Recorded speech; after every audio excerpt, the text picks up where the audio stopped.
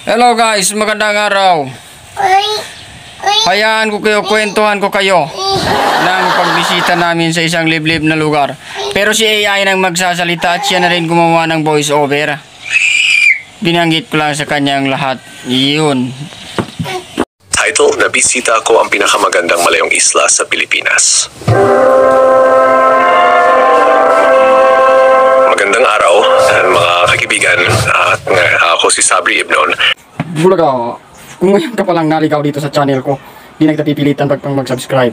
Pero kung magsasubscribe ka, okay lang naman. Ito yung channel. Samahan ninyo ako sa isang espesyal na paglalakbay. Pupunta tayo sa isang napakagandang isla na tinatawag na Kulasian sa barangay Tonggasang, Pangutaran, Sulu. Ang isla na ito ay isa sa mga pinakapinong destinasyon sa Pilipinas at handa na akong ipakita sa inyo kung bakit. Bilang bahagi ng ating paglalakbay, makikita natin ang pang-araw-araw na buhay ng mga lokal dito. Ang unang lugar na pupuntahan natin ay ang kalsada patungo sa paaralan. Ito ay hindi tipikal na kalsada, puno ito ng buhangin at kapag umulan, nagiging halo ito ng putik at lupa. Habang naglalakad tayo, mapapansin ninyo ang kakaibang kariktan ng lugar. Ang buhangin sa kalsada ay napakapino, parang asukal. Pero kapag may ulan, nagiging hamon ito para sa mga bata at mga magulang na maglakad patungo sa paaralan. Ngunit kahit ganito, makikita natin ang kanilang kasiyahan at dedikasyon. Ang mga bahay dito ay simple ngunit napaganda. Bawat isa ay may kani-kaniyang kwento at ang mga tao ay masayahin at masisipag. Makikita natin ang mga bata na naglalaro sa kalsada, tumatawa at nagsasaya kahit na ang kanilang dinaraanan ay hindi madaling tahakin. Ito ang kagandahan ng Kulasian, ang pagiging malapit ng komunidad at ang kanilang matinding pagnanais na magtulungan. Ang kalsadang ito ay nagsisilbing simbolo ng kanilang determinasyon. Kahit na mahirap ang daan, tuloy pa rin sila sa kanilang mga gawain, lalo na sa edukasyon. Sa paglakad natin, makikita rin natin ang likas na yaman ng lugar. Ang mga puno at halaman sa paligid ay nagbibigay ng sariwang hangin at lilim. Ang mga alon sa malapit na dagat ay maririnig natin at ang tunog nito ay parang musika sa ating mga tainga. Pre, baka naman pwede mong i-like itong FB at FB page ko. Habang patuloy tayo sa paglalakbay, napapansin ko ang mga kabataan na may dala-dalang mga libro at gamit pang eskwela. Ang kanilang mga ngiti ay nagpapakita ng kanilang pananabik na matuto kahit na ang daan patungo sa paaralan ay puno ng buhangin at putik. Ang kanilang sipag at tiyaga ay tunay na kahanga-hanga. Sa kabila ng mga pagsubok, sila ay handang mag-aral at mangarap ng isang magandang kinabukasan. Ang mga magulang naman ay palaging nakasuporta, laging nandiyan upang alalayan ang kanilang mga anak. Nagtutulungan ang bawat isa dito.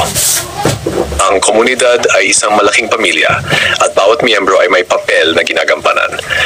Ito ay isang inspirasyon para sa ating lahat na sa kabila ng mga kahirapan ay nananatiling matatag at positibo ang pananaw sa buhay. Sa pag-abot natin sa paaralan, makikita natin ang kasimplehan ngunit puno ng sigla at pag-asa. Ang mga guro dito ay dedikado at puno ng pagmamahal para sa kanilang mga estudyante. Ang bawat silid-aralan ay puno ng enerhiya at ang bawat araw ay puno ng pagkatuto at kasiyahan. Ang lugar na ito, ang Kulasian, ay hindi lamang maganda sa panlabas. Ang tunay na kagandahan nito ay nasa mga tao, sa kanilang kasipagan, kasiyahan at pagmamahalan. Ang bawat sulok ng isla ay puno ng mga kwento ng pag-asa at tagumpay. Bulaga. Kung may balak kang bumili sa Shopee, dito ka na dumaan sa link ko. Nandyan lang sa sa description ng video ito para naman makatulong ka para tuloy-tuloy itong paggawa natin ng content. Habang patuloy tayong naglalakad at nagmamasid, mas lalo kong naunawaan kung bakit ang isla na ito ay special. Hindi ito dahil sa kanyang natural na kagandahan lamang, kundi dahil sa mga taong naninirahan dito. Mga taong may pusong basilak at determinasyon. Sa bawat hakbang natin sa kalsadang ito, natututo tayong magpahalaga sa mga simpleng bagay sa buhay.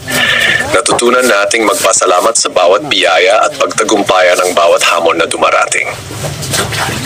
Ang pagbisita sa Kulasian ay isang inspirasyon para sa akin at sana ay para din sa inyo. Mga kaibigan, sana ay naibigan ninyo ang ating munting paglalakbay sa Kulasian. Ang isla na ito ay tunay na kayamanan ng Pilipinas.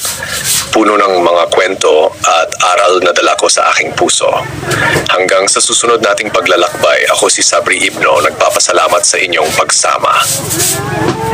Huwag kalimutang mag-like at mag-subscribe para sa higit pang mga kwento at paglalakbay dito sa ating channel. Maraming salamat at paalam. Here's to the ones that we got. Cheers to the wish you were here, but you're not. 'Cause the drinks bring back all the memories.